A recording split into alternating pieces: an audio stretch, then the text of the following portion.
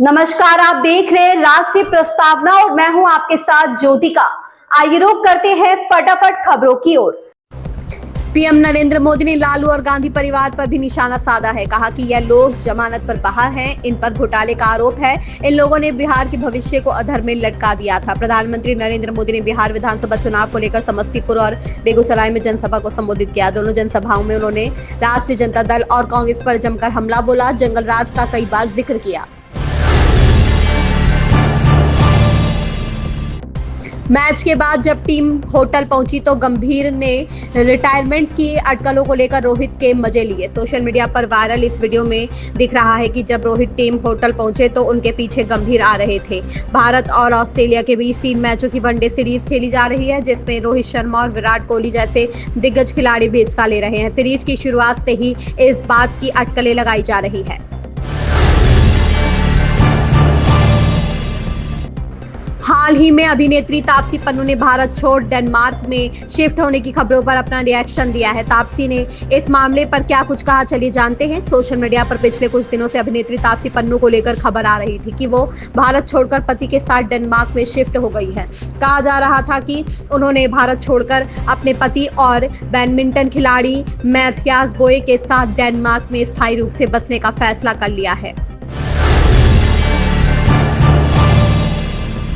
राष्ट्रपति द्रौपदी मुर्मू ने कोच्चि में सेंट टेरेसा कॉलेज के शताब्दी समारोह में कहा कि भारत को 2047 तक विकसित राष्ट्र बनाने में महिलाओं की सक्रिय भूमिका सबसे अहम है। उन्होंने केरल को लैंगिक समानता का उदाहरण बताया और कहा कि महिलाओं की भागीदारी बढ़ाना ही भारत की असली ताकत है।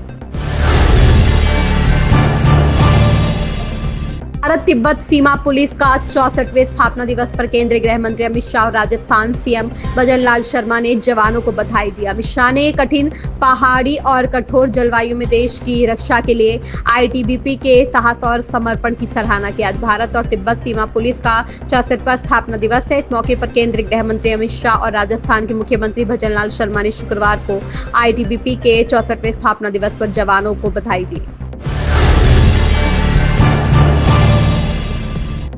25 अक्टूबर को नहाय खाए के साथ पर्व की शुरुआत होगी। इस दिन स्नान के बाद व्रती व्रत का संकल्प लेते हैं। छठ के दूसरे दिन खरना होता है, जब व्रती पूरा दिन निर्जला उपवास रखते हैं। प्रधानमंत्री नरेंद्र मोदी ने शुक्रवार को देशवासियों को छठ पूजा की शुभकामनाएं दी और लोगों से एक विशेष अपील करते हुए कहा कि लोग छठी मैया से जुड़े गीत सोशल मीडिया पर उनके साथ साझा करें।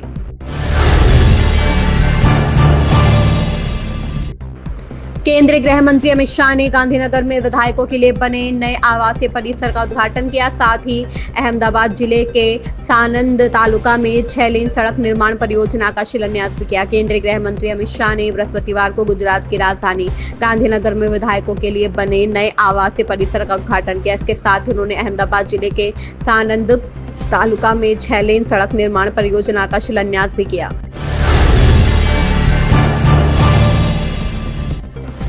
मुख्यमंत्री के निर्णय के अनुसार मुख्य अभियंता को अब 2 करोड़ के स्थान पर 10 करोड़ तक के कार्यों की स्वीकृति का अधिकार होगा। अधीक्षण अभियंता को 1 करोड़ से बढ़ाकर 5 करोड़ तक के कार्यों की स्वीकृति का अधिकार दिया जाएगा। सीएम योगी आदित्यनाथ ने लोक निर्माण विभाग के विभागीय अधिकारियों के वित्तीय अधिकारियों में 5 गुना तक की वृद्धि किए जाने का निर्णय लिया है।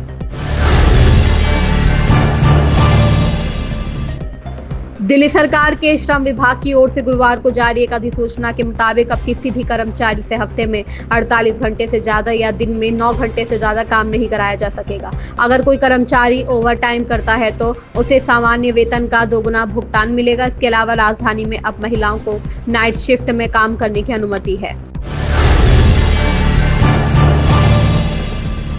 संयुक्त राष्ट्र की 80वीं वर्षगांठ पर विदेश मंत्री एस जयशंकर ने कहा कि दुनिया सामाजिक आर्थिक असमानता, व्यापारिक बाधाओं और आपूर्ति श्रृंखला पर निर्भरता जैसी चुनौतियों से जूझ रही है। ऐसे में उन्होंने इस बात पर जोर दिया कि कठिनाइयों के बावजूद बहुपक्षीयता पर भरोसा और संयुक्त राष्ट्र में सुधार की दिशा में प्रयास जारी रहने चाहिए।